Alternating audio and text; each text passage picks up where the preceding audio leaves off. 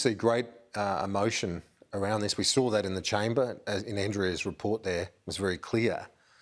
And the government looks like it is going to accede to this. Is that right? Well, is a Royal Commission going to happen? Well, the motion being debated before the House now is still ongoing, but I spoke a couple of hours ago and made it clear the government was not opposing that motion. The motion went through the Senate last week, calling on the government to establish a Royal Commission.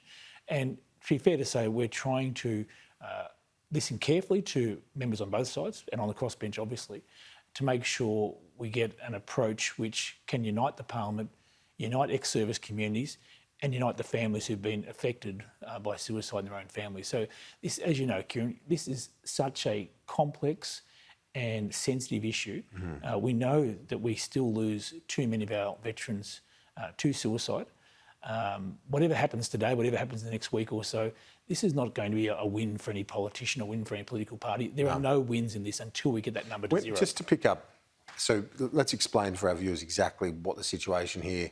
We've seen a number of groups, like the group in Parliament today, lobbying for a Royal Commission, but there are others in the ex-service people, groups like the RSL that don't want it to happen. There are certainly diverse views on the issue, and as Veterans Minister for the past 3 years, it's been one of the most troubling areas of public policy I've ever attempted to deal with, because we all want the same result. We all want to stop suicide in our community, and for anyone troubled by this conversation, please reach out to Open Arms on 1800 011 046.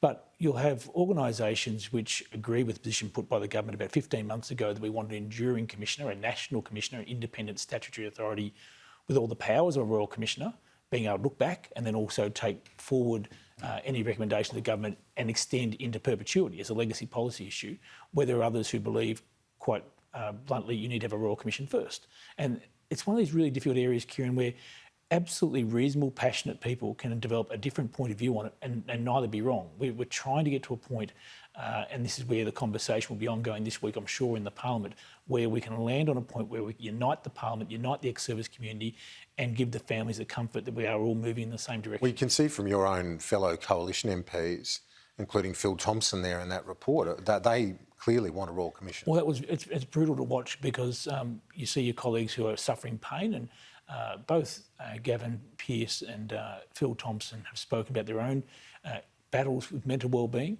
the fact they've lost mates who served alongside them, and both of them support a national commissioner in an ongoing national commissioner, but as they both said in their speeches, they support a Royal Commission as well. So this is where I think if we can bring this Parliament to its absolute best this week, we can get an enduring solution, unite the Parliament and go forward where we're not partisan in any way on this issue, because almost overwhelmingly in my portfolio, Veterans Affairs, there is a lot of bipartisanship.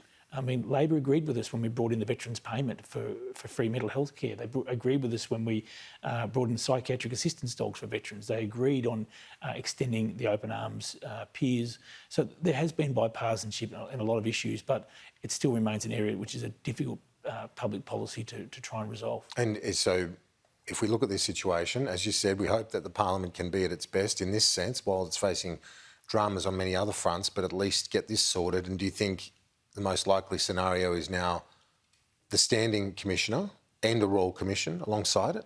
Well, there's no reason why you couldn't have, for example, if this is where we get to, you couldn't have a Royal Commission doing the retrospective work, looking at things that have occurred previously, so looking back in history, and then have the enduring statutory independent authority being the National Commissioner. Now, that's, there's no reason why you couldn't achieve that.